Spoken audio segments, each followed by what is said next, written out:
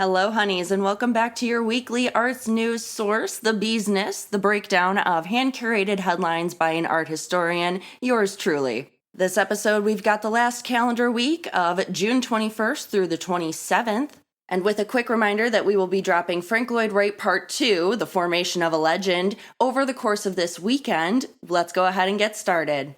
I've got your follow-ups first. As you might remember, we'd been watching the contemporary artist JR's tribute to Christo and Jean-Claude on the Pont Neuf Bridge because we featured the original artwork in a previous episode of ours, and workers dismantled it, La Caverne de Pont Neuf, this tribute, for good after last week's heat wave sent its interior temperature soaring. This was not the only local art piece or institution to shutter during the intense weather, so did the Louvre and the Eiffel Tower. We also learned that Meissan Harriman will step down as the South Bank Center chair. According to the Times of London, Harriman submitted his resignation following accusations that he shared anti-Semitic posts after the April 29th stabbing of two Jewish men, as well as videos allegedly containing conspiracy theories. He continues to deny those accusations and maintains that he always planned to step down after a second term, as confirmed by a center spokesperson. Harriman will leave in a few months when said term ends. Charity Commission and the Arts Council are reviewing those allegations as of the time of this recording.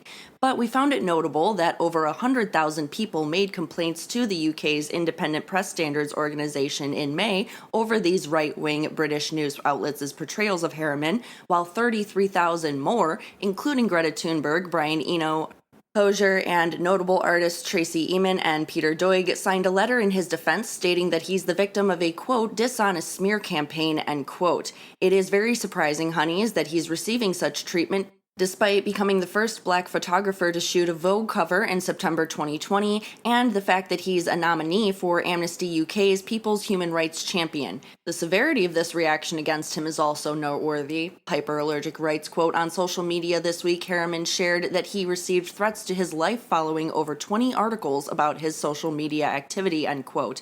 Harriman also wrote to the publication in May at the start of all this that, quote, the truth itself is on the line. Just because these right-wing and frankly racist newspapers scream the loudest, it does not mean it is the truth. To have by far the most complaints in British newspaper history means the people have had enough, end quote. We also got word that a judge has demanded an explanation from the Trump administration for the tarp obscuring the Kennedy Center after Forbes reported on June 22nd that new court documents filed by lawyers representing Representative Joyce Beatty of Ohio accused the Kennedy Center of keeping up those tarps, blocking the sign on its facade, quote, in an act of petty defiance, unquote. The fight to enforce a previous court order requiring the removal of Trump's name from it began again. U.S. District Judge Christopher Cooper then ordered the administration to report, quote, the purpose and status of the tarp and scaffolding, end quote, currently obscuring the institution's full name, as well as the administration's broader plans for the building by July 31st. The ruling against the addition of his name to the center's facade was, of course, derided by Trump, but many residents and visitors were very happy to see it go and are now upset that the tarp, this vestige, is still there, with one of our sources' interviewees saying, quote, President Trump is thumbing his nose at the court, he's thumbing his nose at the people, end quote.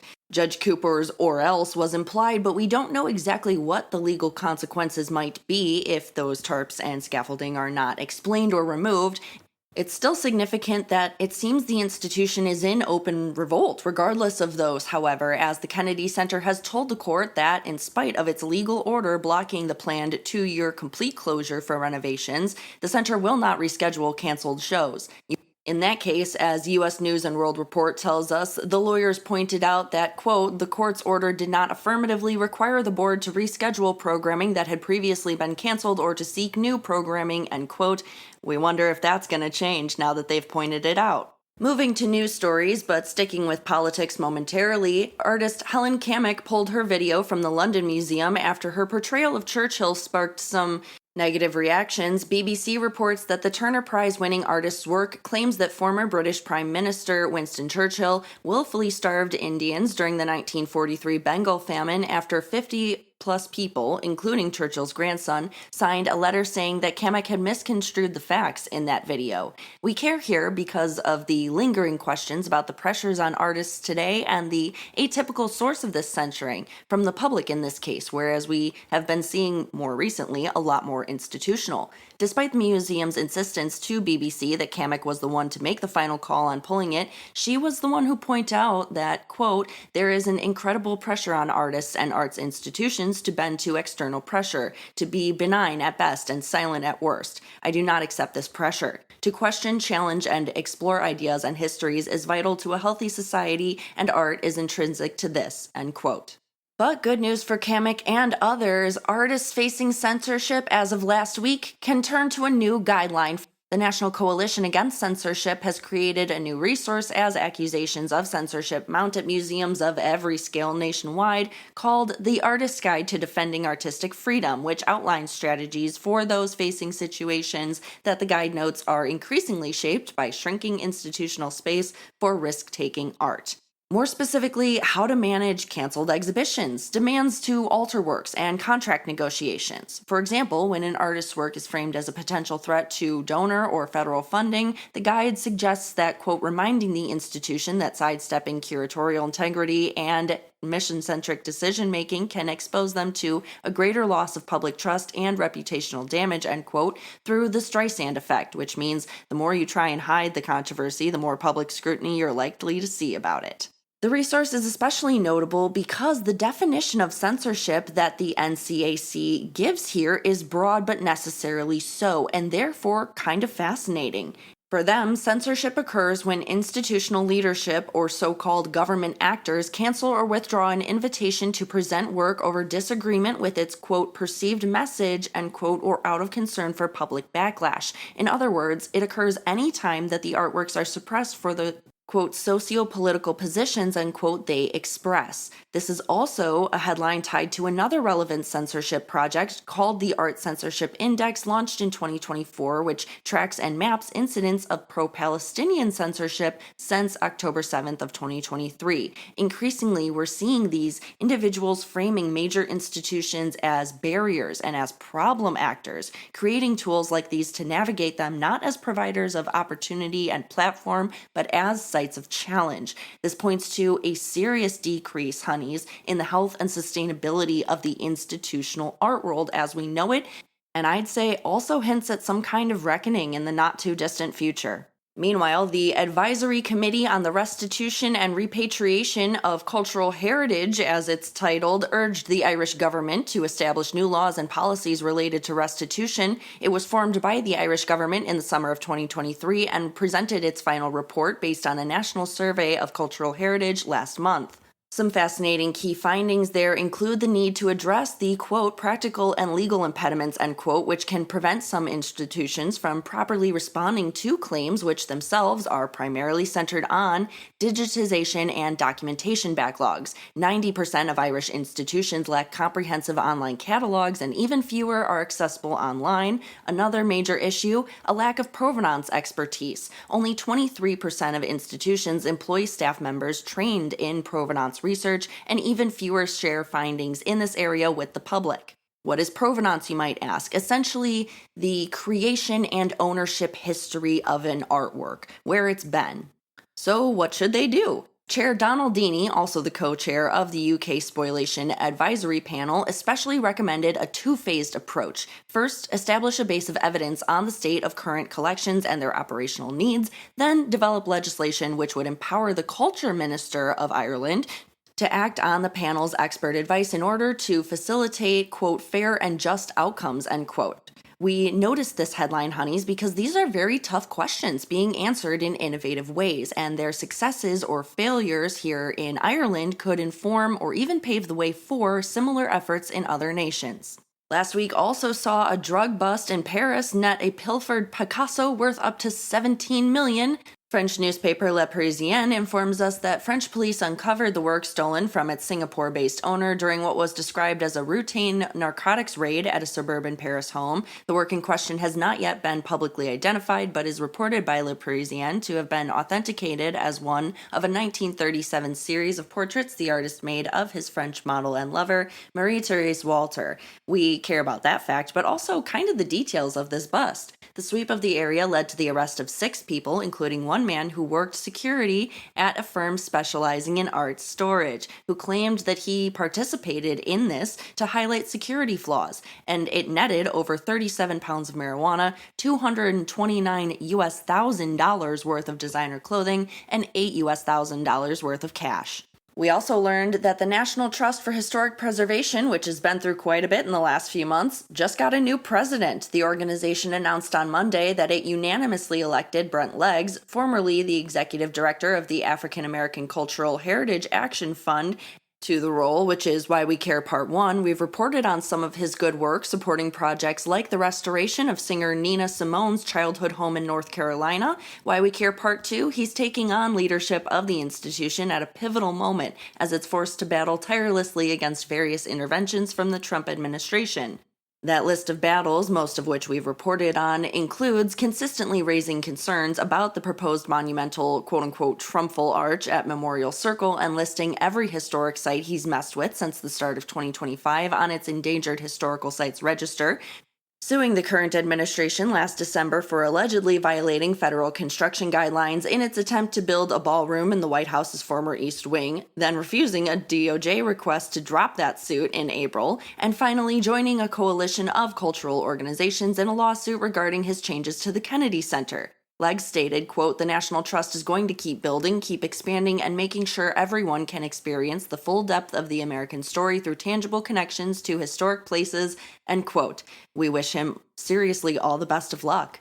A bit of good news, the Manhattan Borough president pledged 50 million US dollars to New York City arts organizations. Brad Hoylman-Segal announced on Tuesday of last week that all of his office's annual discretionary budget will be allocated to the city's arts-centric cultural programming and renovation projects pending approval of the entire New York City budget for next fiscal year.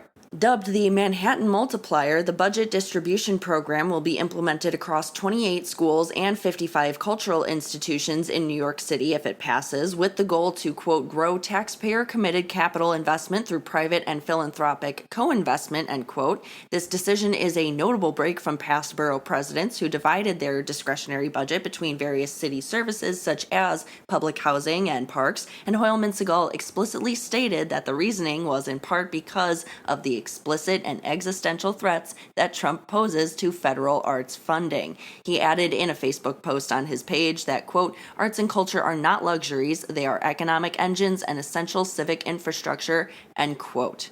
And the third why we care, the multiplier bit. This is meant to inspire matching donations, and nearly $12 million has already been raised that way.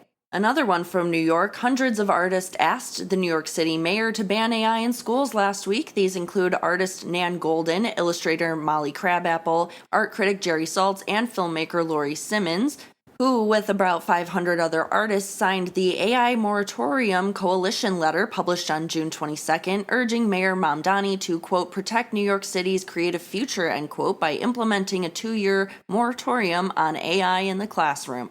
The timing is important here, as the statement came ahead of a Wednesday City Council oversight hearing to discuss AI and data privacy in schools as a push for such changes to be made ahead of the new school year, according to Kelly Clancy, founder of the advocacy organization Parents for AI Caution in Educational Spaces and member of the coalition. The letter argues that AI technology use in schools would dampen children's creativity, introduced numerous privacy and equity concerns into New York City classrooms, and cited credible reports of gender or racial bias in such tools. They also cited multiple studies suggesting that using AI software like ChatGPT may atrophy critical thinking skills and creativity during those crucial developmental years. A spokesperson for New York City Public Schools told our sources that the system has instituted initial AI guardrails to protect students even as it formalizes an AI policy, but this headline reminds us of the broader ongoing campaign first launched in August 2025 by education advocacy organizations for such a moratorium, and which was backed by the majority of the city council earlier this very month.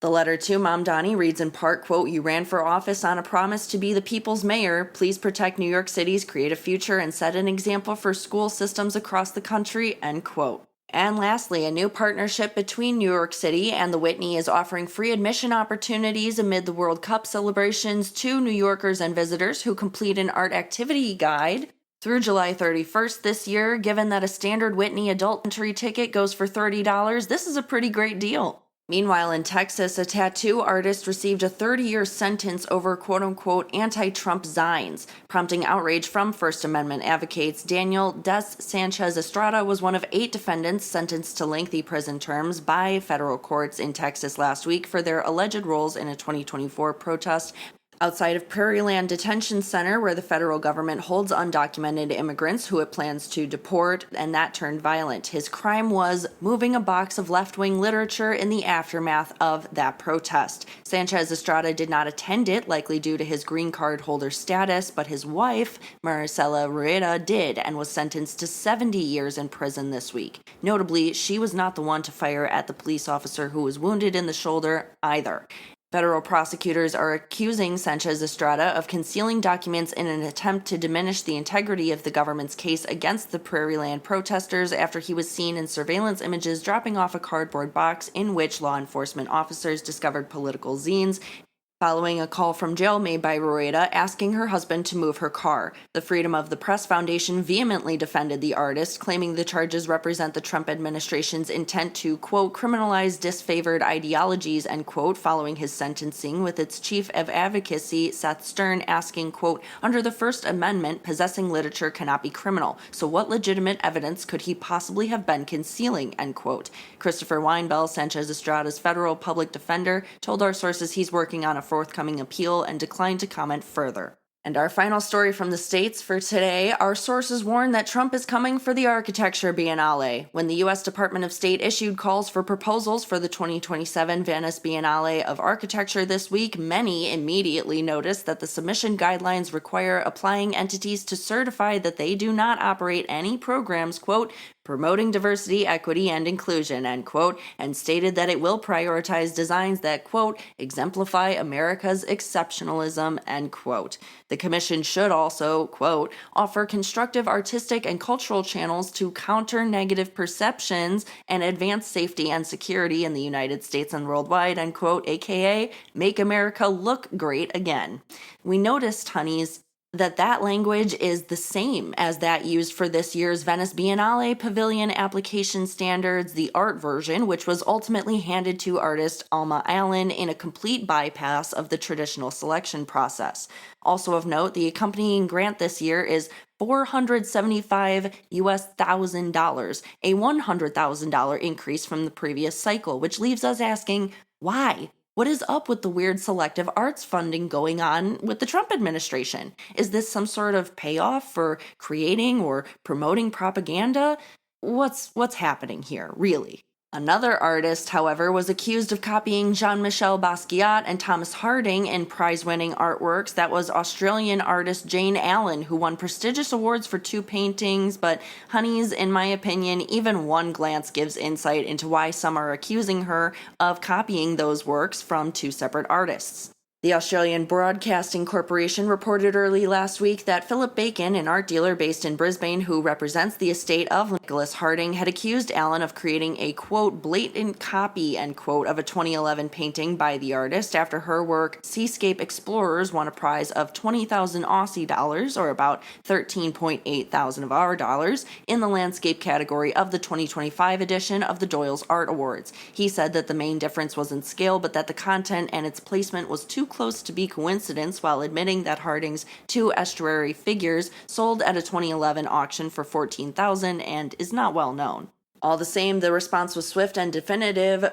Per the corporation, the awards' organizers released a statement reading, quote, it appears as though one of last year's winning works is an imitation of a Nicholas Harding artwork. We have no idea why this has only emerged now, but we thank our local community for once again having each other's and our backs, end quote. Almost immediately afterwards, the National Portrait Gallery in the capital city of Canberra came forward about another Allen painting, saying finalist in its Darling Portrait Prize, Weight of the Mind's Periapt from 2021 was clearly influenced by Basquiat's 1982 canvas Untitled, Two Heads on Gold, but declined to comment further than that. Allen herself has yet to respond, as does the Basquiat estate. In any case, Harding's son Samuel seems to have put it best. While major artists like his father, quote, inevitably influence others, this incident is a reminder of the importance of due diligence, provenance, and respect for artists' intellectual property, end quote. In good news for prizes, Mark D'Alessio won the 2026 National Portrait Gallery Award. The LA-born artist was recognized via the prestigious Herbert Smith Freehills Kramer Portrait Award of 2026 for a 2025 portrait of his neighbor, which the artist painted in natural light over the course of 6 sittings. D'Alessio will receive £35,000 or $46,000 as part of an annual recognition of a contemporary portraitist, which was previously known as the BP Portrait Prize. An art forum explains that award was renamed 3 years ago after finding a new sponsor following artist protests against the oil and gas giant's involvement. The thing is, that sponsor, the new one, is the law firm that represents BP, so climate change activists remained unhappy, accusing the gallery of, quote, jumping out of the reputational frying pan straight into the reputational fire, end quote. The institution also announced last week that after 11 years and £437 million in costs, the museum will open its new free permanent galleries on November 28th of 2026. It will subsequently open an adjacent space containing a learning center, a collection store, and temporary exhibition space in Smithfield Poultry Market. Meanwhile, the restoration of the Parthenon's western facade, one of the main attractions of the Acropolis of Athens, was unveiled to the public last Thursday in the most complete state it's been in over 2 centuries after wrapping up 9 years of pediment restoration project work. The Acropolis Restoration Service said that it had also a, quote, rescue character, end quote, because its goal was to eliminate, quote, distortions and reinforce the seating of the orthostat blocks, end quote. The blocks they're referring to are large stone slabs made from marble, which made it, per Lina Mandoni, Minister of Culture of Greece, quote, an extremely demanding restoration intervention, end quote. And the Vatican has decided to launch a 5-year restoration of Raphael's fabled Loggia, the Renaissance fresco masterpiece depicting 52 scenes from the Old and New Testaments and decorating a 213-foot or 65-meter-long corridor in the Apostolic Palace, where the Pope lives, welcomed a team of 20 experts assembled to clean it. The work is seen daily by Vatican officials and is considered one of the greatest achievements in Renaissance painting. It even inspired multiple other works, including an 18th century full-scale replica inside the Hermitage of St. Petersburg, but it's rarely seen by the public, who must make a special visit request.